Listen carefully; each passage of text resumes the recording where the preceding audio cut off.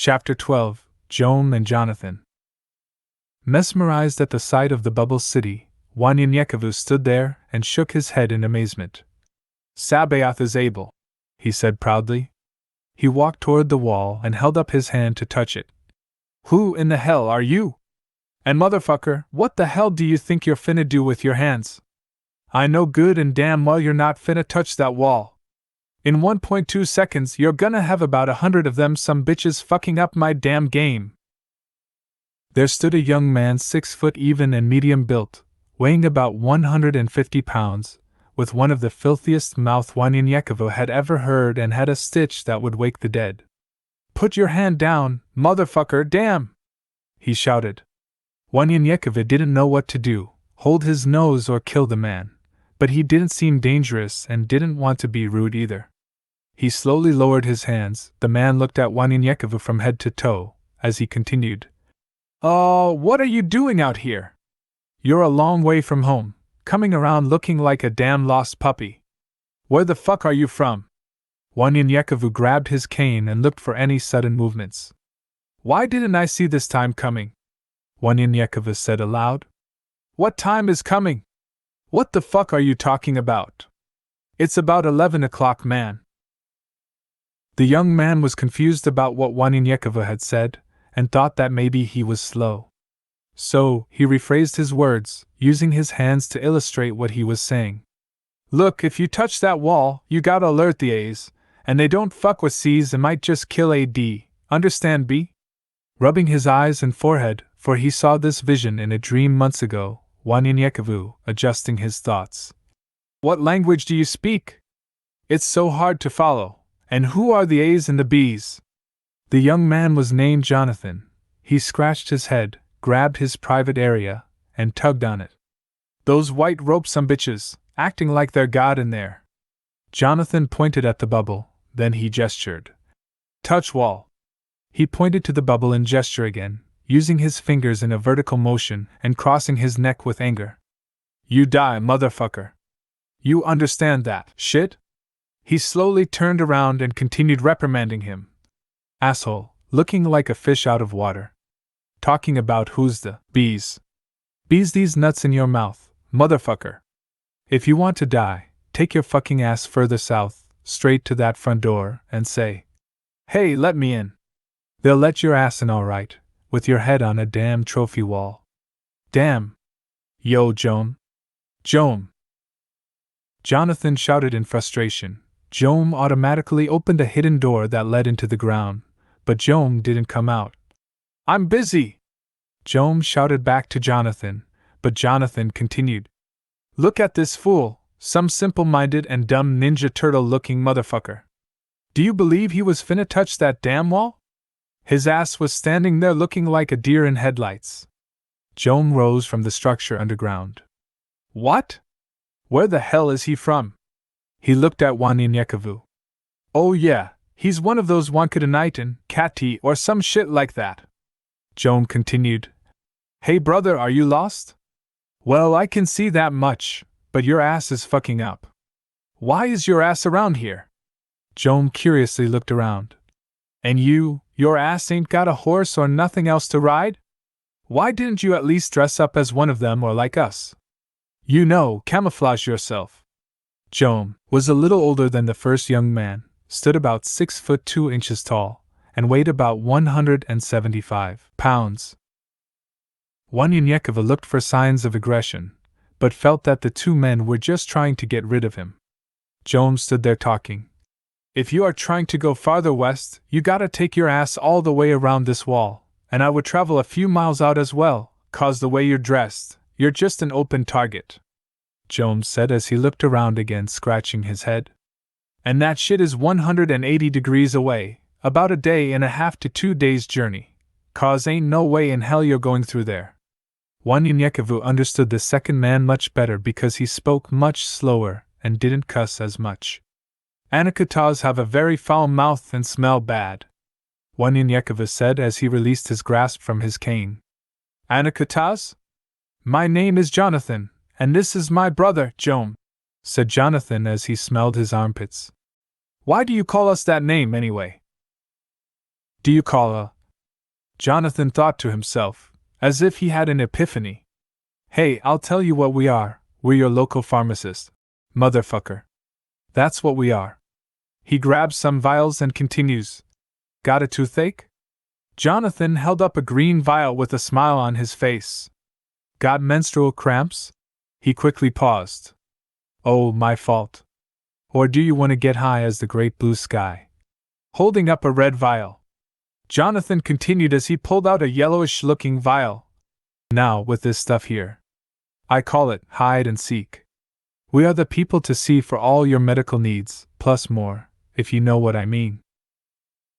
No, I don't, replied Wanyanyekevu. Jom interrupted. We ain't gonna have shit if he touches that damn wall, but busted. Jom was the smartest of the two as he walked toward Wanyanyekevu. Why are you here? Your type is rarely seen here unless they are being arrested or executed or both. Wanyanyekevu said proudly. I have to go to Arizona, for I am being sent there by Sabaoth to get married. Jonathan jokingly. Damn, ain't no bitches where you from? You carrying your ass clear across the country to get some ass? Offended, but yet understanding, Wanyanyekevu held his peace as Jonathan continued. Hell, you can have our cousin Kia's. She's one ugly bitch, but she can clean and cook her ass off. Wanyanyekevu smiled. No thanks. Jonathan smiled. Tell that Sabaoth. Wanyanyekevu quickly interrupted Jonathan with a stern voice. Sabaoth is my creator whom I serve. Please, hold your peace. Jonathan said. Oh, okay, I'm sorry, I didn't know you were so sensitive, shit. You religious people are something else. Seeing Wanyanyekevu's frustration with Jonathan, Jom said. Look. It was nice knowing you and all that, but we gotta go. A beam of light shone on Jom's forehead, and something struck him as his body fell to the ground. A loud cry came from behind Wanyanyekevu. Kill them! Kill them all! Jonathan held up his hands and shouted. Wait! A large spear pierced through his body, impaling him to the ground, and he quickly started coughing up blood. As Wanyanyekevu turned around, he still had his hand on his cane, ready for battle. The time flashes back to the present. Still working on understanding his gift, he shakes his head as he heard Jonathan. Anakataas? My name is Jonathan, and this is my brother Jom. We are your local pharmacist, as he grabs some vials. Got a toothache? Jonathan held up a green vial with a smile. Got menstrual cramps? He pauses. Oh, my fault. Wanyanyekevu said. Oh, my fault. The same time as Jonathan said it. Listen, I see you as good men, kind of. He smiled. But our prints are everywhere, and we don't have long, but we must hide or fight. As he continued, Jonathan did not hear a word he had said and pulled out a yellowish-looking vial. Now, with this shit here, I call it hide and seek. Shaking his head at Jonathan, Jom said, I'm a lover, not a fighter. Do the laws want you? Wanyanyekevu replied, I don't have time to explain, but we got about 6 minutes, and it's not going to be good for any of us. Jom grabbed a vial out of his bag, shook it 3 hard times, threw it onto the ground, and then pointed to Wanyanyekevu. Go into the door. Not long after, 8 men arrived as the 3 young men watched through a one-way transparent door. He has to be close, said one man, as another man is heard a little ways off saying, I got 3 sets of prints heading north. Hours later, the smell of wild rabbit roasting and the pungent scent of musk from the men filled the air. There were rabbits in a metal oven with a bright light, roasting. It's been about 2 to 3 hours now, and those men are long gone and lost by now, Jones said as he held up a small vial as he continued. That there was an old military secret weapon used back in the days. It creates footprints for up to 10 miles. Jones smiled as he tried to impress Wanyanyekevu. Good thing I got about 3 left. It's about. Looking at the wall, he snapped his fingers, and a transparent image stood against the wall with a map and the time. Then with his finger, he flicked the surface of the light, and the map moved. They should be around about there. Pointing to the map. We're here. Waninyekova was sitting on the ground with his eyes closed and his legs crossed as he meditated, listening to Joam's voice. He opened his eyes. Amazement filled him again as he asked Joam, "What is that?" Pointing to the map while shaking his head, he took a deep breath. "Sabaoth is able." The brothers paused and looked at each other. "Now he speaks," Joam jokingly said. "It's a map, man. Are you from the Stone Age?" Jonathan shakes his head. "Y'all ain't got no GPS weather system map. You never saw the walls. You dress like Tarzan meets Ninja, or some damn body. Y'all worship God. And those assholes in there think they are God. Damn! This world is coming to an end." Waninyekova ignored Jonathan. Looking at Joam, he asked, "This map, how does it work?" Pointing to a small coin-looking object reflecting the image on the wall. Joam replied, "This is a GPS, weather map that shows you time, temperature, weather conditions, and the likes around you. And that's all it's good for. You can get one of these anywhere. The new ones are real-time though, showing people and objects. There are 3 ways of getting one: trade, barter, or slaughter. It's that simple," Waninyekova said, pointing at the map. "You say we are here? And I need to get here. Can you show me a closer view of Arizona?" Waninyekova asked. Joam said, "Sure." He took 2 hands and gestured his hand to make a larger square, and a larger map appeared and asked, "Where in Arizona?" Waninyekova replied, "I believe it's the Sioux Reservation outside of Tucson." Jonathan looking closely. "Here." Studying the map, Waninyekova said, "That will take many moons to reach there." "It is so." Their conversation became more interesting as they ate and got acquainted. Before they knew it, it was 7 p.m. Joam said, "If you are to go, you need to go right now. We Anakataas, as you call us, party and make mischief at night. Those guys are not looking for you around this time. May your Sabaoth, as you call him, be with you." Joam smiled as he continued, "You're pretty much a nice guy, but ignorant, but nice will get you killed in these here parts." Waninyekova took out his blade and began sharpening it, saying, "Yes, I know, but my kindness is not weakness. Besides, those men were going to kill both of you as well. Your life means nothing to them." Joam then said, "Well, they might have thought we were together, for we are not from around here. We, too, are just passing through, waiting to see what our next move is." Pointing at Jonathan, "If someone hadn't decided to gamble our jet bikes away, we would have been out of here long ago." Waninyekova smiled. "You must come with me on my journey and let us learn from each other." Joam thought for a minute, looked at Jonathan, and shook his head. "We can go as far as Las Cruces, New Mexico, and then we must head north to Albuquerque. I guess we can go that way. Hell, we've been here what? About 6 months or so. Maybe it's time to move on to our next adventure." Jonathan rudely interrupted, "But what the fuck can we learn from your ass? You don't know shit." Waninyekova placed 3 stars, 2 metal and 1 wooden, on the table. Jonathan picked up the wooden one and accidentally pricked his finger.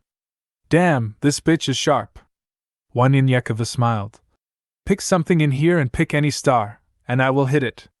A smile was on Joam's face. He grabbed a coin out of his pocket and threw it up in the air. "That!" Waninyekova grabbed one of the metal stars and said with a smile, "It is so." The coin came down on the table with the star dead in the middle. "Bullshit," Jonathan said, grabbing the star with the coin infused into it. "How in the fuck did you do that?" As he spoke, Waninyekova grabbed the wooden star and threw it toward Jonathan. The sound of the wooded object whizzed past his left ear, making a whistling noise. Hearing the star hit the back of the wall behind him, he turned around to see a tarantula that had been split in half.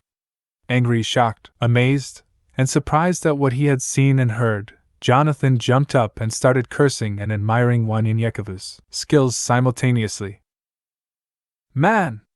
What the fuck you think you're doing throwing that shit at me?" Waninyekova peacefully said. "It was not at you, it was past you. Is that not poisonous? I have never seen such a gigantic spider like that before." Jonathan replied. That bitch ain't shit, but a big-ass spider. You never saw a tarantula before either, hell nah. As he started fussing at Wanyanyekevu, Jones saw the frustration on Wanyanyekevu's face. He interrupted Jonathan. Shut your bitch ass up. Jones then looked at Wanyanyekevu. Excuse my brother, he has a mean bark, but he ain't got no bite. Wanyanyekevu had a confused look on his face at the saying. Jones patted his brother on the chest 3 times. He has a delicate heart. Jonathan pushed his brother, saying, Fuck you. Why are you apologizing for me, motherfucker? He's the one that threw that star at me. Joan replied. Past you. He thought your silly ass was in danger, asshole.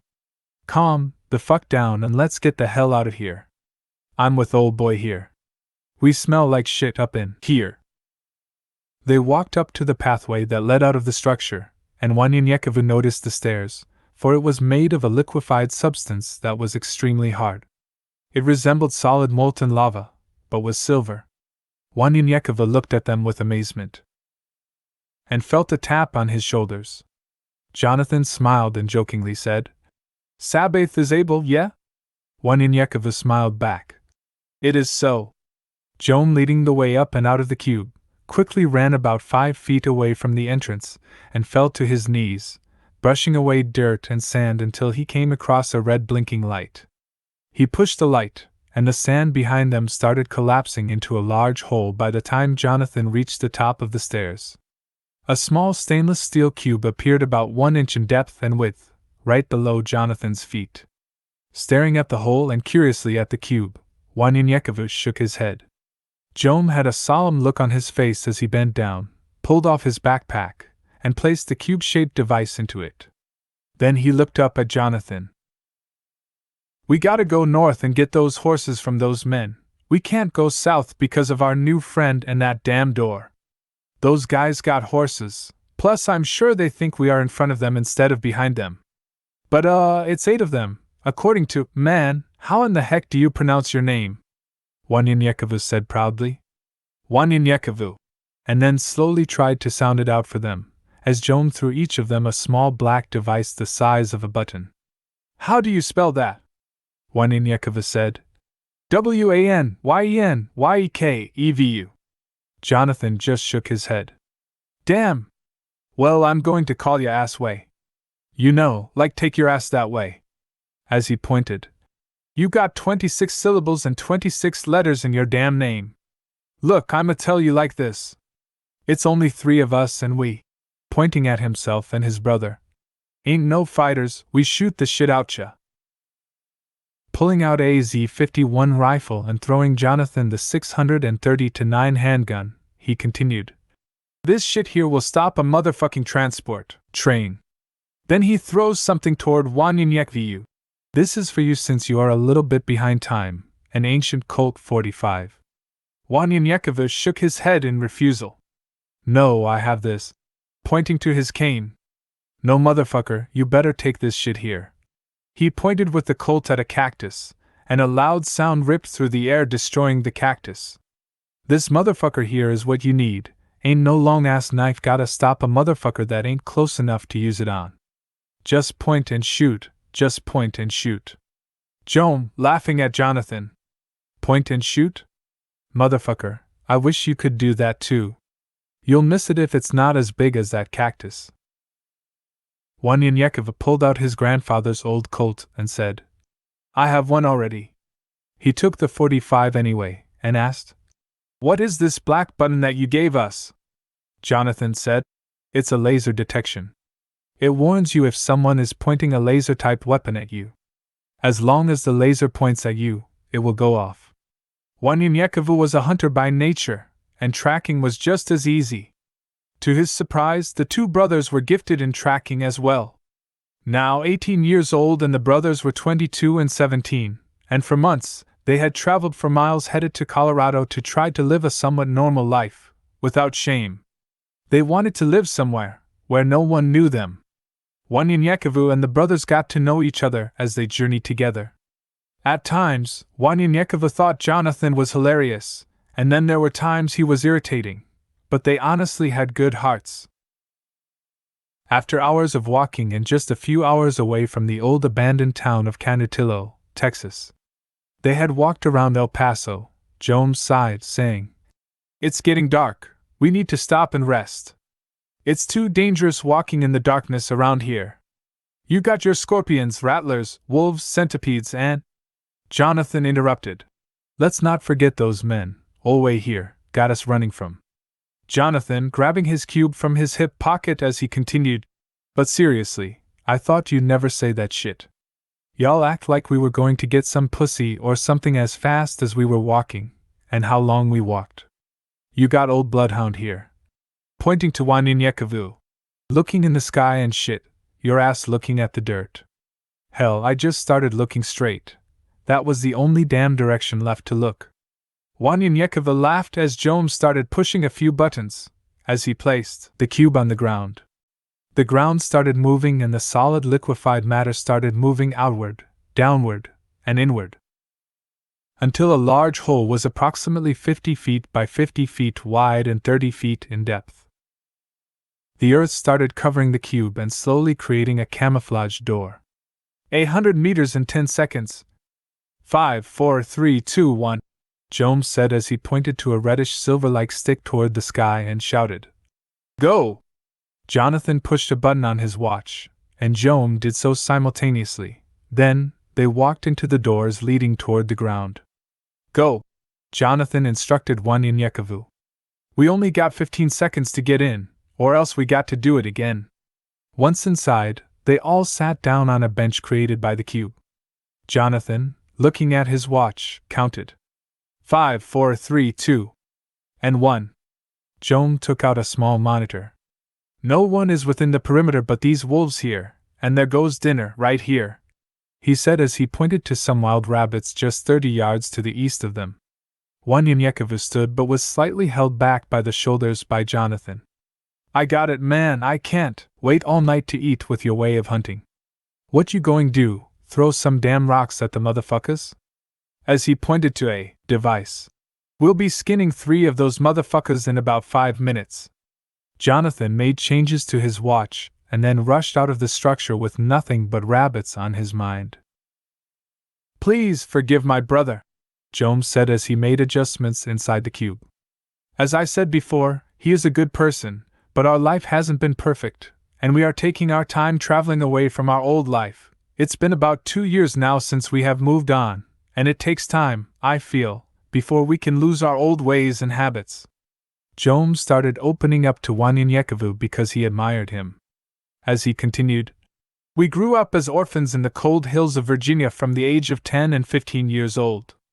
Our father was a pimp in Dougspa, Virginia, and our mother was one of his main prostitutes. As runners for our father, we learned the hustle game really quickly until one of the elite Tier 3 Kompyutans who often traveled there from the territory of Old Greensboro murdered our father and mother. We would supply the prostitutes and their johns with drugs and protect the women from abusive men were our key jobs working for him. After the death of our parents, and an unsuccessful try at foster care, we soon became large suppliers of the drug and weapons trade for 5 years. If Anakataas hated the Kompyutans, we despised them. We have depended on each other for the past 8 years, living a life of shame, looking for hope, I guess you might say, for the past 2 years traveling." Wanyinyekavu understood and didn't judge, feeling Jones' sincerity. He smiled. "Amazingly, I have been on this journey for almost 2 years myself, and I'll be 18 in a few months. Sabaoth has chosen all of us Anakataas, Kompyutans, Wakatilians, and at one time, even the Abenians, to be his children. All matters of things have deceived us into staying away from his will. It's not technology, I believe. It's what we do with it that makes us stay away from his will. In my town, we live a peaceful life. Many of the elders think that technology is evil. But again, honestly, I believe it is how we use it, and why we use it. Greed, power, lust, and things like that lead us away from Sabaoth. I don't know if you ever heard of or knew of Sabaoth until now, but listening to you, I know he's in your heart, for you have seen hell. And you just said the keyword to his salvation, that's hope, which leads to faith. In the Torah, it says something so profound to me. It says, faith is the evidence of things not seen but of the things hoped for. You don't know what you want, but you want something better. Something that you hope for, therefore, you have faith to believe it will come true. Joan became teary-eyed as they began to speak. As a child, my father used to tell me of the stories about one of our ancestors who lived around the 21st century, or so, who was in charge of the main human colony on Mars called Ares Prime. Wanyan had a puzzled look on his face. Seeing the look, Joan continued. Ares Prime served as the headquarters for the Mars Colony Corporation. It was one of the first space adventures mankind ever made, other than the trip to the moon. Wanyan said. Yes, I think I read about that many years ago. Joan continued. Anyways, I always thought that it was in our blood to be somebody more than pimps, prostitutes, drug dealers, and hustlers. But it was all they introduced me to as a child. Sabaoth, no, I never heard of him, but if he can change my immature-ass brother and me, I'm willing to check him out. Wanyan laughed. Well, check him out then. Joan continued to speak of his experiences, and Wanyan listened as they both got acquainted even more with each other when suddenly Jonathan rushed in. Here we go! 3 of the fattest motherfuckers from the herd. I can eat one by myself. That's why I got 3 of them. They skinned the animals together, and eventually, they started up their conversation again, which now included Jonathan. Jonathan joked for most of the conversation, but as he saw his eldest brother being serious for the first time in his life, he, too, started opening up a little. Wanyan scraped up the last of his herbs and spices from his mother's bags for his journey. He convinced them to let him cook for them but just needed to know how to work their oven. He quickly discovered it was easy and a lot faster than what he was used to. The brothers preferred his cooking method for a much better taste but were willing to use theirs also. The rabbits were seasoned just right, smothered in a thick gravy sauce, topped with wild rice and a side dish of carrots and sweet peas. The brothers agreed that they were pleased, and the meal was perfect. Rubbing and then scratching his stomach, Joan said, Hell, I'll see y'all later. What time are we gonna head out? Wanyan said, Round about daybreak. They can't be too far ahead of us. I figure they are sleeping or about to go anyway. We need the element of surprise on our side. Cool, both brothers said. They talked for a few more minutes before they were sound asleep. Wanyan closed his eyes. Within seconds of staring into the darkness, he fell asleep. A vision awakens Wanyan. He sees light, the light quickly opens up, and there he sees the 3 of them sleeping. Then he quickly sees himself outside the cube. 8 men surround them, sitting and waiting for the first sign of movement. Then he reappears inside again, and there's Jonathan, who wakes up and punches his brother's shoulders. Wake up, and let's do this. He gets dressed and prepares himself for what might be a battle. Joan wakes Wanyan. Jonathan looks at the monitor. All clear! As soon as he opens the door, he's shot in the forehead and falls dead on the steps. Joan rushes to his brother's side, and there stand 2 men, who opens the door and shoot Joan multiple times. Realizing it's another vision, he opens his eyes again into the darkness, waking Jonathan. There are men outside, waiting for us to open that door. How can that be? The alarm didn't go off. The sound of Jonathan's voice awakens Joan. Wanyan said, I don't know why your alarm didn't go off, but if you go out there, they will shoot you on sight, for they are waiting at the entrance. Wanyan gives the brothers the details, and Joan quickly rigs up and claymore mine device to go off when he remotely opens the door. 3 men standing outside the door saw it was about to open and drew their weapons but were killed by the explosion. Jonathan and Wanyan spring to the top of the door, killing another 2, but Joan is shot in the head and dies. Darkness covers Wanyan several times as the different scenarios play out. Wanyan then hears a loud voice. Either they both die, or one of them live, unless they both believe. What seemed like hours to Wanyan was only 5 minutes since they laid down to sleep. Wanyan wakes both of them up. We have less than 7 minutes to prepare for an ambush. We must go, and go now. Quickly, they all ran at least 15 yards behind some rocks. Wanyanyekova grabbed them, both. This is a matter of life or death. I know in my heart you both want to believe in Sabaoth. Joan was about to interrupt him. Wanyanyekova held up a finger to tell him, hold on, as he continued. Let's just say I know something and someone that you don't know. For now, you might feel betrayed by Sabaoth, but I need you to understand that everything is done for a reason. He looked around the corner and saw 5 men surrounding the entrance, and 2 men standing off holding the horses to the side, and 1 man just a little way off on his stomach with a sniper rifle. I need you both to either accept or deny Sabaoth now. Confused, Jonathan and Joan looked at each other and said, Accept. Wanyanyekova smiled in relief. Either you both accept it, or else one of you or both of you would have died tonight. Know this, neither one of you will die today because Sabaoth has said it is so. Jonathan began to speak. What? Wanyanyekova rebuked him sharply. I have heard it all. Listen to me, I don't have time to explain. Wanyanyekova briefly told them about his dream, then they all whispered amongst themselves until Wanyanyekova said, They are waiting for us to come out the door, so I will go around quietly and kill the man lying down. I need you to wait for my signal and get near the men with the horses so as not to spook them off. Wanyanyekova pointed at Joan. You two need to kill the other men waiting at the doorway. They were all in agreement. Circling around, Wanyanyekova came upon the man on his stomach, holding his eye up close to the rifle, looking for any sudden movement to come out of the cube. Wanyanyekova told himself that he needed to kill him in a way that was quick but quiet. Taking a metal star out of his pouch, he threw it with enough force to penetrate his skull. The man's head dropped to the ground, dead. Then he headed toward the men with the horses. There was enough space between them that he could kill one without alarming the others, so he took out one of them. He raised his hands to the brothers, and Jonathan shot the other men while Wanyanyekova took out the third man running for his life.